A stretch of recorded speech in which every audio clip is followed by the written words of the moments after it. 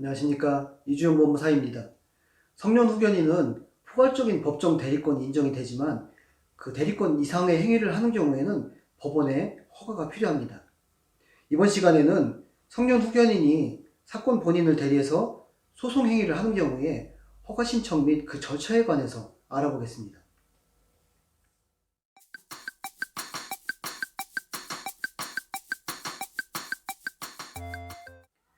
성년 후견 결정이 되면 성년 후견 개시 심판문에는 후견인의 법정 대리권의 범위와 신상에 관해서 결정할 수 있도록 그 권한의 범위가 특정이 됩니다.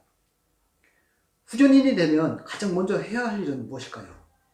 후견인이 되면 피후견인에 대한 재산 목록을 작성하고 가정법원에 이를 제출해야만 합니다. 그 제출 기간은 보통 2달 이내로 한정하고 있습니다. 대리권의 범위와 관련해서는 피후견인을 위해서 소송행위를 하는 경우가 발생하기도 하는데요. 피후견인을 대리해서 소송행위를 하는 경우에는 임의대로 소송 절차를 진행할 수 있을까요?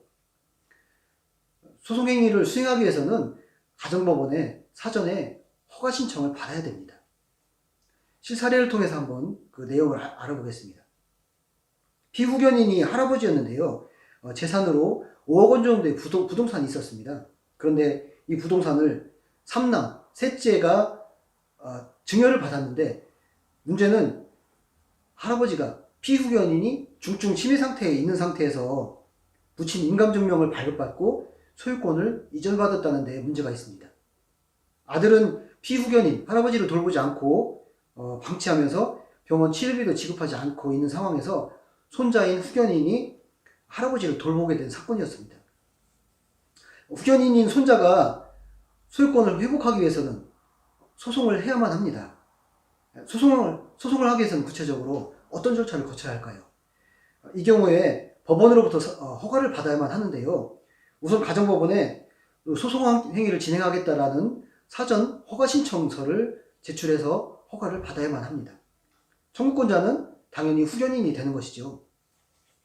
신청서에는 피후견인을 위해서 소송행위를 허가해달라는 청구 취지를 적고요. 또 청구 이후에 민사소송을 진행해야만 하는 이유를 구체적으로 적고 또 부동산을 원상회복해서 이 사건 본인의 병원비로 부동산을 매각한 대금을 사용하겠다 또 후원을 하겠다라는 내용들을 구체적으로 적어서 제출하였습니다.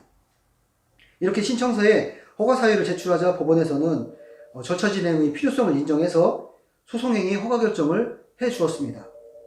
후견인이 피후견인에 대한 소송행위를 수행하기 위해서는 사전에 법원의 허가를 받아야만 진행할 수가 있습니다.